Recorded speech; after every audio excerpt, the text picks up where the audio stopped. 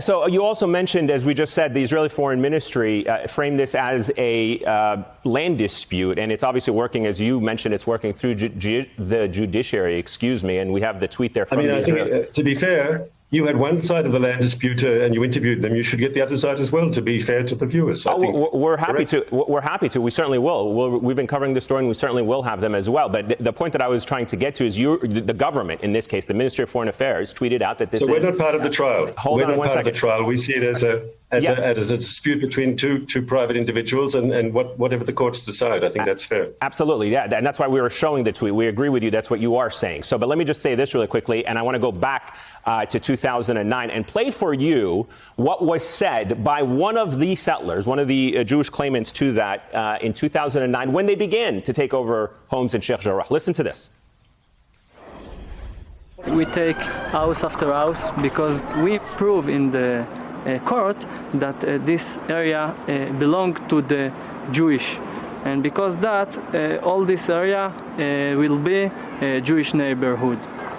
Our dream that all East Jerusalem will be like West Jerusalem, Jewish capital of Israel.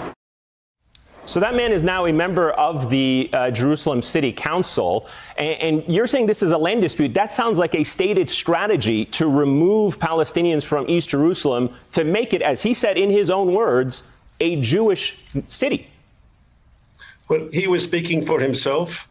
Well, he's a spokesman for a settler organization. He's speaking for a settler organization. Yes, he was speaking for himself and as his organization. Yep. And the person who you had on before was speaking for himself and his organization. He basically said Israel had no right to exist. He said my country was built on stealing other people's land. So you have different opinions on both sides. You have very strong opinions on both sides. I think you've got two people here who probably represent the more nationalist elements on their sides, and everyone's entitled to their opinion. But in this dispute, ultimately, I think it's only fair that the courts will decide. Okay, so if you're saying he's a private citizen, let me play for you what the deputy mayor of Jerusalem, a government official, I'm happy to do hold that, on, just one second. Just a second. To be fair, one second. I want to read you.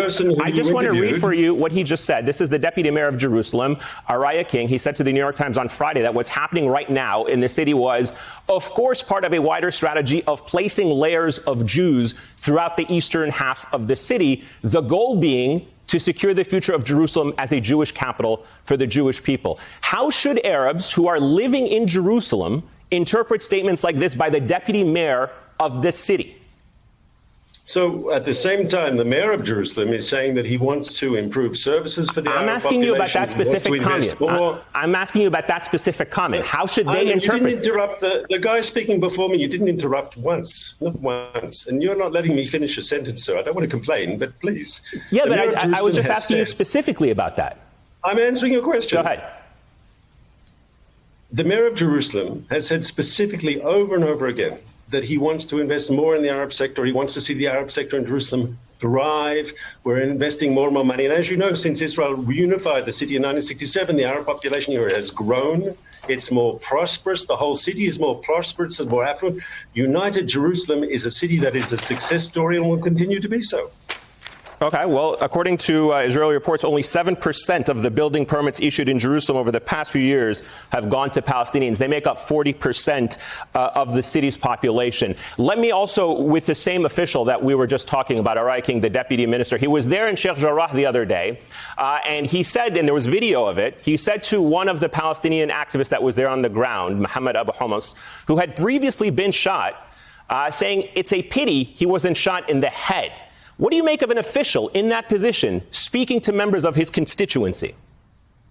Well, to be fair, there were people demonstrating in Sheikh Jarrah with Hamas flags. And, you know, Hamas calls for the murder of all Israelis. So, I mean, how am I supposed to see that? I mean, if you can find extremists and you want to say that represents Israel, you can do that if you want to paint that picture. He's the deputy mayor of Jerusalem. I'm not selecting a fringe element. He's the deputy mayor of Jerusalem. I wasn't talking about the deputy mayor. I was talking about the thing. Israel. I'm saying to you, the deputy mayor told one of his constituents he should be shot in the head. I'm asking you, I'm not talking about an extremist nationalist. I don't know the quote you're talking about. I do know this. The policy of the government and the policy of the municipality of Jerusalem is to be encompassing. And we want to see a diverse Jerusalem, a Jerusalem where all its inhabitants, Jews and Arabs, everyone can feel at home. That's the policy of the government. We want to see all of Israel, all of Jerusalem developing in a positive way, increase prosperity, better education, better infrastructure for all of the inhabitants of the city, because we know a united Jerusalem, a stronger Jerusalem is good for everyone.